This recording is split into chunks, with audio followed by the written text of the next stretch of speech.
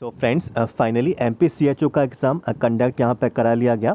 दो अलग अलग डेट्स में आप लोगों की यहाँ पे परीक्षा हुई। 29 मार्च को आपका यहाँ पे एग्ज़ाम था और 30 मार्च को आपका यहाँ पे एग्ज़ाम था। तो 29 मार्च का मैंने सारी इन्फॉर्मेशन आपके साथ यहाँ पे डिस्कस कर ली थी।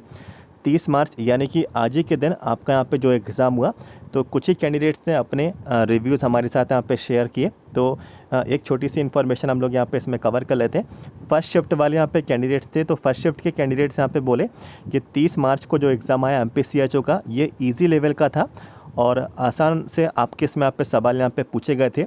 पीडियाट्रिक्स कम्युनिटी ये वाले पार्ट वाले सवाल यहाँ पे जो है थोड़े, इसमें कुछ क्वेश्चंस ट्रिकी भी थे, कुछ क्वेश्चंस इसमें यहाँ पे आसान भी थे।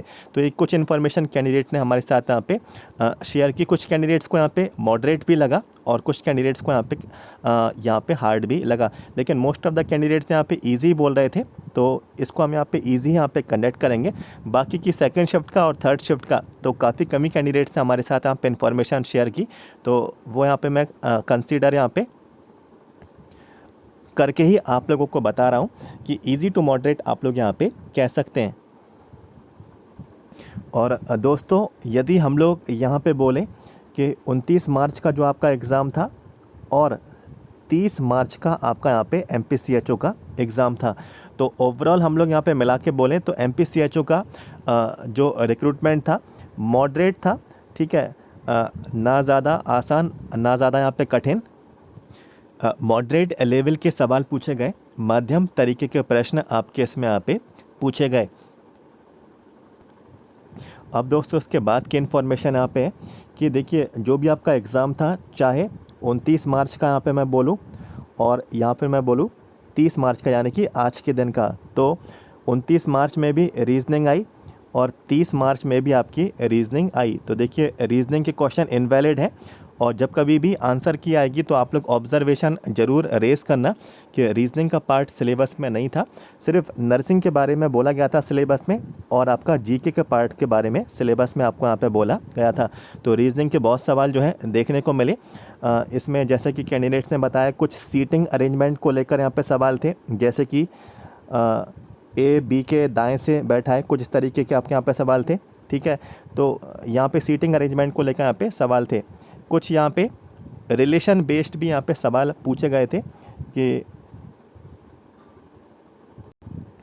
जिसको ब्लड रिलेशन कहते हैं, रीजनिंग में ये सवाल आप लोगों के यहाँ पे पूछे जाते हैं। कुछ क्वेश्चंस यहाँ पे कैंडिडेट यहाँ पे बता रहे हैं कि एनालिटिकल रीजनिंग से भी आए, जैसे कि मैंने आपको बताया था। जैसे कि होता है ना, जैसे कि मैंने बताया था, ए का रिलेशन बी से है तो सी का रिलेशन किससे होगा। जो फर्नीचर वाला क्वेश्चन था तो वो इसी पैटर्न पे बेस्ड था, तो इस तरीके के सवाल भी रीजनिंग में आपको यहाँ पे देखने को मिले। कुछ यहाँ पे सिलॉग्स वाले क्वेश्चन भी थे कि कुछ ए जो है, कुछ यहाँ पे बी है, सम ए आर बी। तो ये ए और बी, ये मैं आपको एग्जांपल लेके बता रहा हूँ, एग्जैक्टली मुझे यहाँ पे याद नहीं है कि क्वेश्चन क्या था। चलिए एक बार मैं आपको कमेंट बॉक्स भी दिखा देता हूँ और जो भी कैंडिडेट्स के रिव्यू हैं वो भी मैं आपको दिखा देता हूँ।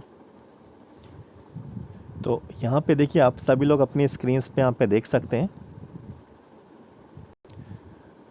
कुछ कैंडिडेट्स ने यहाँ पे क्वेश्चंस को यहाँ पे टाइप करके बताया, जैसे कि देखिए, चेयर और फर्नीचर का यह क्वेश्चन था।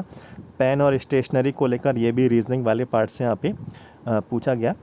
और यहाँ पे देखिए, कुछ एक क्वेश्चन ऐसा ही बताया जा रहा है कि संतरा एक फल है, तो इस तरीके का भी एक सवाल इसमें पूछा गया था। इसके बाद आप लोग देखिए, ब्लड रिलेशन वाले भी कुछ क्वेश्चंस थे। कुछ 5 फ्रेंड्स के नाम दिए गए थे, राम श्याम, तो इस तरीके से जो है एक सवाल आपका इसमें था।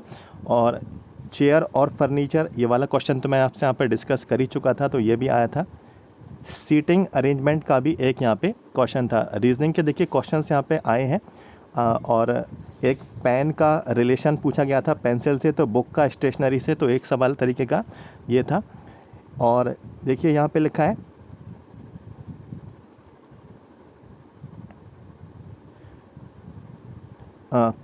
चेयर पेंसिल स्टेशनरी, इसका क्वेश्चन कैंडिडेट को देखिए याद है, तो कैंडिडेट ने ये बताया, तो ये भी रीजनिंग का यहाँ पे एक तरीके का सवाल था। इसका आंसर पेंसिल यहाँ पे बताया जा रहा कैंडिडेट द्वारा। फर्नीचर को लेकर यहाँ पे देखिए एक प्रश्न था, ये भी रीजनिंग का था। 29 सेकंड शिफ्ट में बहुत क्वेश्चंस जीके के और रीजनिंग के आए थे। तो ये कैंडिडेट यहाँ पे देखिए रिव्यूज़ यहाँ पे शेयर कर रहे हैं। रीजनिंग के क्वेश्चंस नहीं पूछने चाहिए थे, काफ़ी क्वेश्चंस इसमें रीजनिंग में आए। फर्स्ट शिफ्ट में भी आए थे रीजनिंग और मैचिंग भी थी। मैचिंग वाले क्वेश्चंस आई थिंक वो जीके वाले पार्ट के होंगे या फिर किसी और से होंगे संबंधित, लेकिन रीजनिंग के भी देखिए फर्स्ट शिफ्ट में ये सवाल आए और ऑप्शन भी रॉन्ग दिए गए। तो एक कैंडिडेट का यहाँ पे कमेंट आया, ठीक है।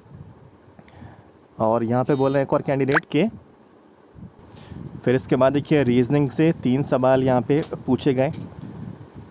रीजनिंग के क्वेश्चंस आए 30 मार्च वाली फर्स्ट शिफ्ट में, यानी कि आज ही के दिन आए।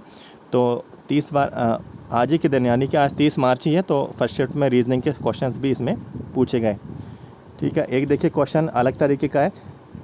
चांदा और कोण मीन्स चांदा मीन्स प्रोटेक्टर और कोण एंगल, तो इसका रिलेशन पूछा गया था। तो स्केल का क्या होगा।